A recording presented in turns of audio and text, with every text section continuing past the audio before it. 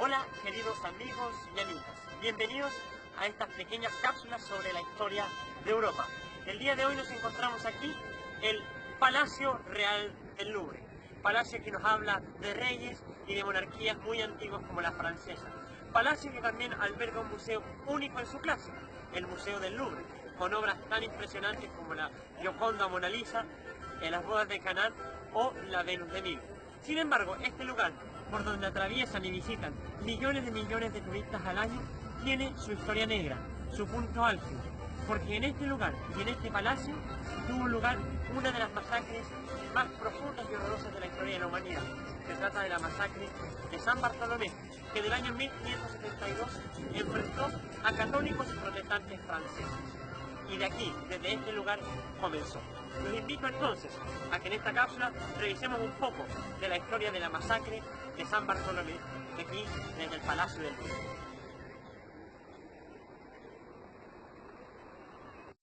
Si bien la reforma protestante tiene sus inicios en Alemania, alcanza rápidamente al mundo francófono. En 1520 se estima que más de 1000 copias de la obra de Lutero se imprimen en francés en la ciudad de Lyon. Los suizos también comienzan a adherir a la reforma. En Ginebra se alza la figura de Juan Calvino, que tendrá particular relevancia para los protestantes franceses que lo leen en su idioma natal. Su sucesor, Teodoro de Baeza, tendrá también un rol relevante en la sistematización y sobre todo en la divulgación de la obra de Calvino. Otro centro importante de la actividad reformada es Estrasburgo. Con Martín Bucero a la cabeza, la ciudad imperial goza de cierta autonomía y se convierte oficialmente al protestantismo. A partir de este momento, opera como un centro de acogida para los refugiados religiosos, especialmente de origen francés. Los protestantes franceses de tradición reformada, también llamados hugonotes, crecen rápidamente. Se estima que a mitad del siglo XVI, entre un décimo y un octavo de los franceses son parte de este movimiento. Estas cifras son generalmente comparables con las de la Iglesia clandestina china, en términos de porcentaje y crecimiento. Además de su número, los protestantes ocupan posiciones estratégicas.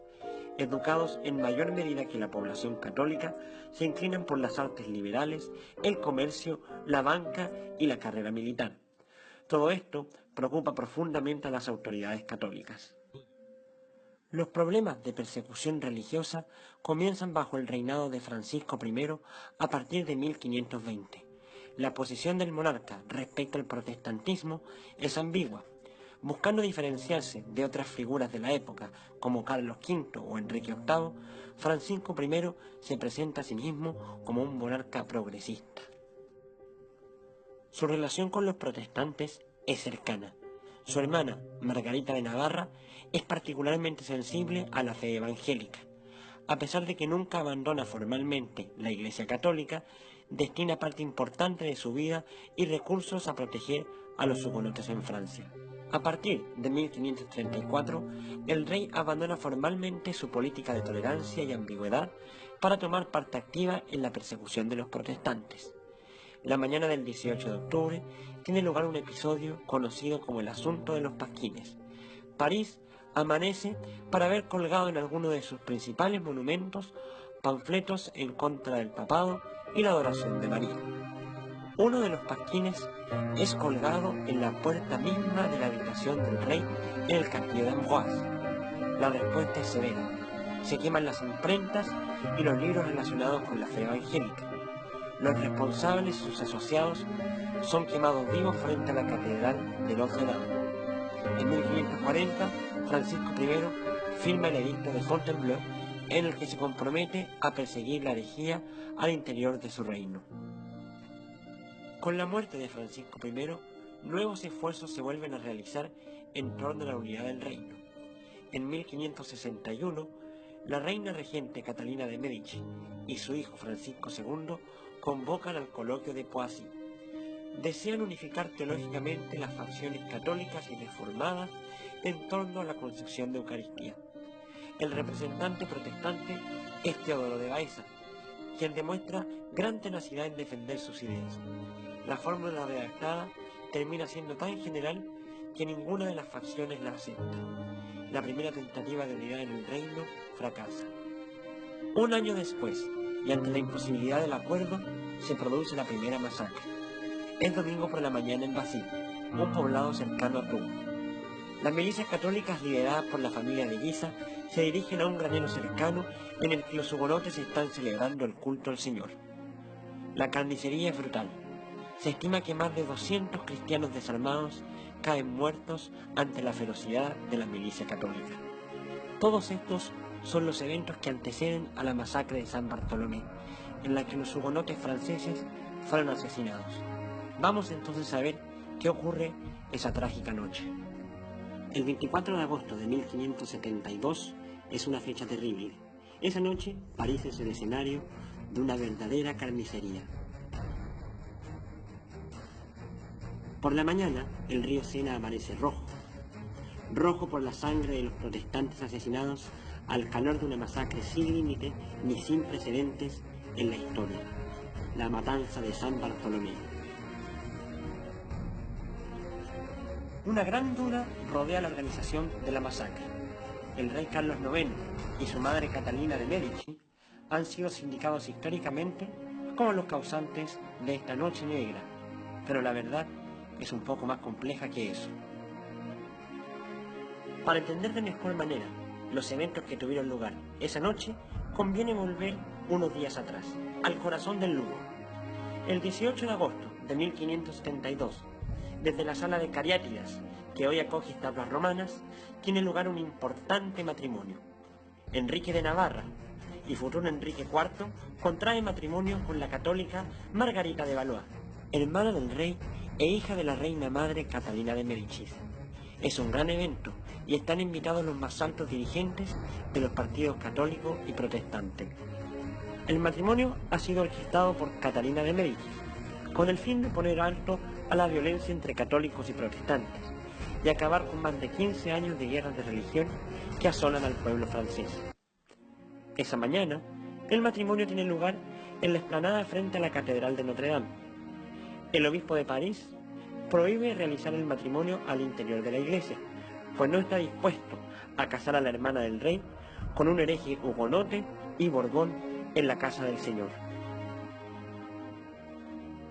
Con este matrimonio, los jefes protestantes buscan abrir una nueva página en la historia de Francia, con una mayor libertad religiosa y protección al ejercicio público de su culto.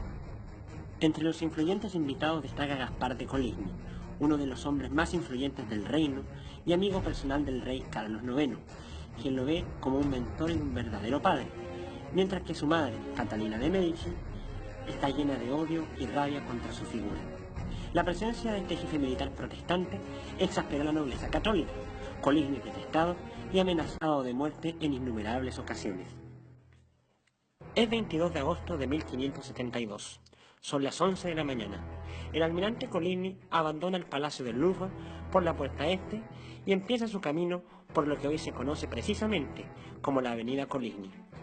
Desde una de las casas laterales, un hombre abre fuego con un arcabuz. Coligny es herido, pero no de muerte. Las balas solo tocan su mano derecha. El atentado fracasa. Los protestantes ven el hecho de que su jefe sobreviva como un verdadero milagro.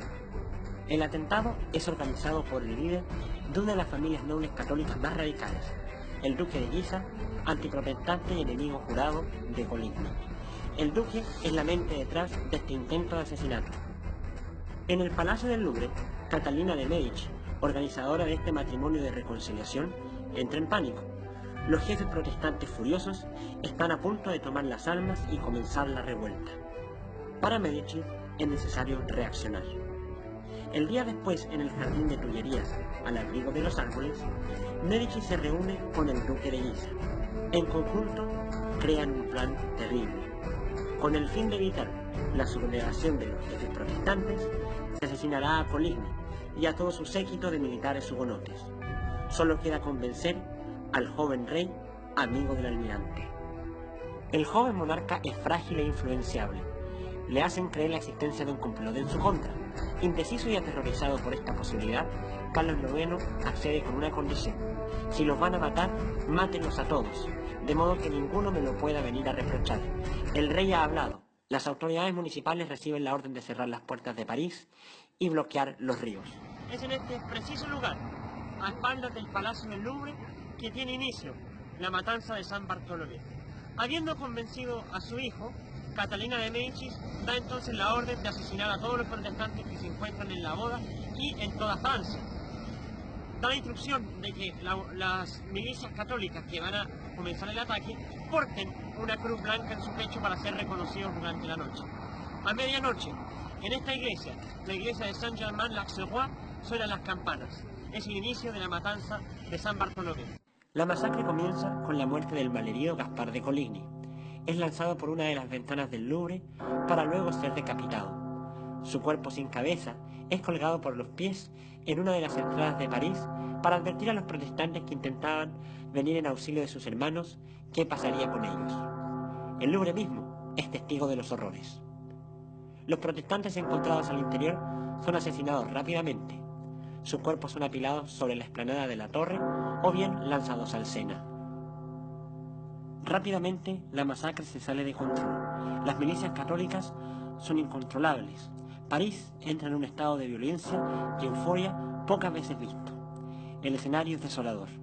Los cuerpos de mujeres y niños flotan sobre el Sena en tal cantidad que un testigo asegura que es posible atravesar el río de un lado al otro solo pisándolos.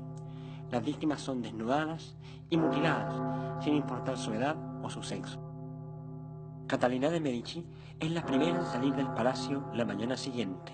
Su plan, concebido en el pánico, se ha salido de control. Ya no hay vuelta atrás. Buscando impedir una masacre, ha generado una aún mayor. Los eventos de San Bartolomé se revelan como una de las masacres religiosas más grandes de la historia. Se estima que 3.000 personas mueren en París y durante los 3 días sucesivos más de 20.000 en toda Francia. En su habitación, el rey víctima es consumido por la culpa a tal punto que nubla su razón y su salud. Los últimos meses de su vida serán particularmente tormentosos. Este rey de 24 años cae gravemente enfermo, teniendo sueños recurrentes en los que se le aparecen los hugonotes asesinados y transpirando la sangre de estos mártires. A principios del siglo XIX, Napoleón está en pleno auge y expansión de su poder. Con esa facultad, decide entregarle prebendas a algunas de las minorías religiosas más perseguidas durante la época de monarquía católica. Es por eso que, además de entregarle algunos espacios a los judíos, le entrega esta capilla, que solía ser católica, a los protestantes de la ciudad de París. Y es por eso que a partir de ese entonces, esta iglesia, que está frente al Palacio del Louvre y que se llama el Oratorio del Louvre, va a ser la iglesia de los protestantes de París.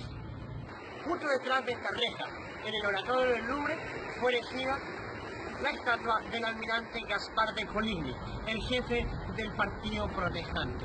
Se recuerda su valor, su coraje y sobre todo su decisión de haberse entregado su vida a la fe verdadera y haber muerto por ella. La figura de Coligny sistematiza la historia de cientos de nuestros hermanos que dieron la vida o fueron forzados a emigrar producto de la confianza depositada en Jesús y sus enseñanzas. Los hugonotes dejan Francia para buscar nuevos territorios en los que puedan ejercer libremente su fe. Crean asentamientos en Holanda, Sudáfrica, América del Norte y Brasil. Habitualmente, cuando se piensa en grupos migrantes desplazados por la persecución religiosa, se nos viene a la mente el admirable ejemplo de los puritanos ingleses. Si bien cada proceso tiene su propio mérito histórico, la persecución que experimentan estos grupos no es ni cercana a la que viven los hugonotes en Francia, donde son exterminados hasta sus cimientos. Al observar el mito de una Europa abierta y tolerante, San Bartolomé aparece como una mancha indeleble en la conciencia. Ningún grupo cristiano en la historia ha sido tan perseguido como los hugonotes en Francia, con tal vez la sola excepción de los coptos en el Egipto actual. El lugar más peligroso para profesar la fe evangélica en el siglo XVI es la Francia de las luces y la civilización. El año 1985, el Estado francés se disculpa oficialmente con las iglesias reformadas de Francia por la masacre de San Bartolomé y el trato histórico a los hugonotes. A modo de homenaje, se crea una estampilla con su símbolo para ser usada en el Sistema Nacional de Correos.